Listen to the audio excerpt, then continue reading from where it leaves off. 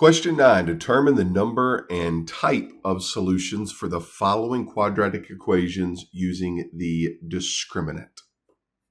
So recall first off what the discriminant is. The discriminant is the b squared minus 4ac portion of the quadratic formula. Here's the quadratic formula. The discriminant is just the portion underneath the radical there. So if that number, the b squared minus 4ac after it's simplified, ends up being greater than 0, this means we will have two real solutions. This is generally, when you're first learning the quadratic formula, you always end up having two real solutions because the number underneath the square root is positive.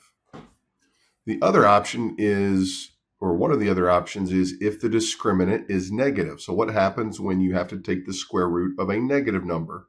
Well, you end up getting two imaginary or complex solutions. And then the final option, what happens if the discriminant is exactly 0? Well, when it's exactly 0, you only have one real solution.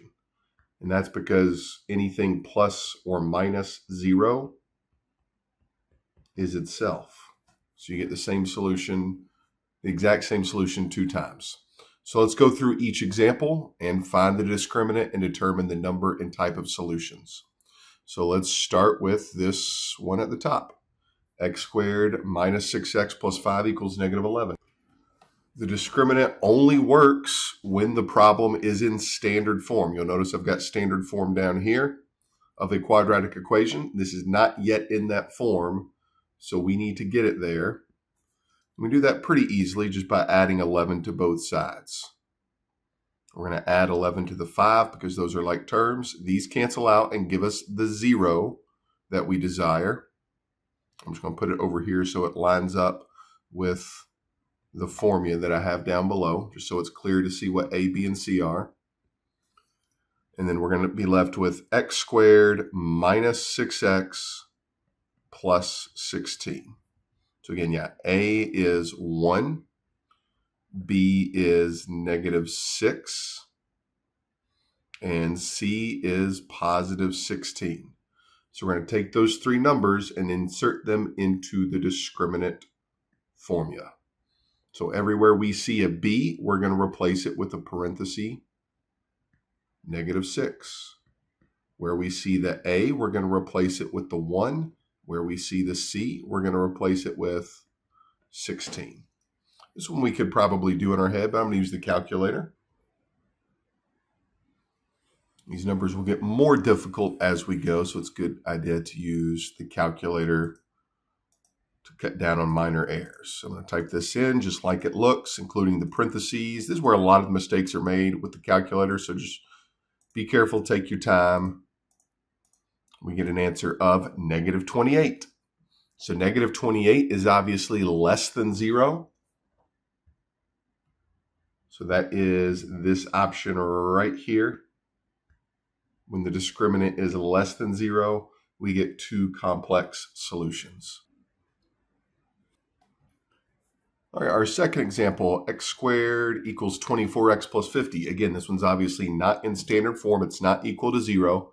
We can make it equal to 0 by canceling everything out on the right-hand side. Typically, we want to keep this x squared term, the coefficient in front of it, a positive. So that's why we're not going to move that one. But we're going to subtract 24x, and we're going to subtract 50, and that's going to clear out this side and just give us a 0 on the right-hand side of that equal sign. Meanwhile, on the left side, we've got 1x squared. If we subtract, I don't have a whole lot of room here, so I'm just going to say it verbally. If we subtract 24x from the other side, it's just going to be a negative 24x over here because there's no other x-like terms. And then same thing, if we subtract 50 to the other side, it becomes negative 50. So my A is 1, my B is negative 24, and my C is negative 50. Let's again use the calculator. A handy trick is if you hit second enter, if you've got a calculator similar to mine, it'll bring up the last problem, and then we can just type over. You may have to hit the delete button to delete any extra number or characters.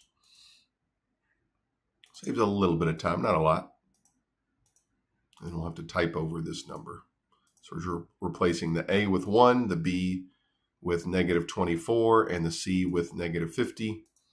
We end up, again, getting a negative.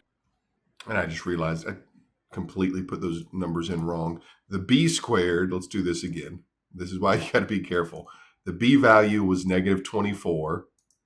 So it gets squared minus 4 times the A value, which we said is 1, times the C value, which we said was -50. Yeah, we get a positive 776. So we're getting a discriminant that's greater than 0. So that means we have 2 solutions. Our next example is already in standard form. So we know our A is 4.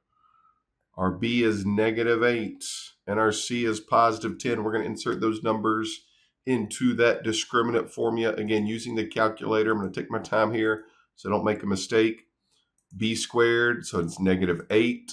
Close the parenthesis, squared, minus 4, multiplied by the A value, which is also 4, multiplied by the C value, which is +10. We get -96. We get a discriminant that is less than 0. So that means, again, we have 2 complex solutions here. All right, and then the last one, 15x squared plus 2 equals 7x squared plus 8x. Obviously, this one is not in standard form, so we need to clear out the right-hand side. We're going to subtract 7x squared. Notice it's got a like term over here, so we can subtract it from the 15, and that's going to give us 8x squared. When we subtract that 8x, it doesn't have a like term over here, so I'm just going to put it kind of here in the middle, since that's our B term, and then the +2 goes unchanged.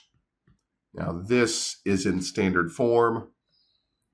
A value is 8, B value -8, C value 2.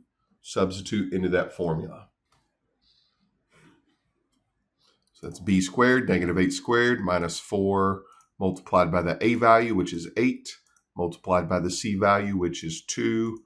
We end up getting a 0.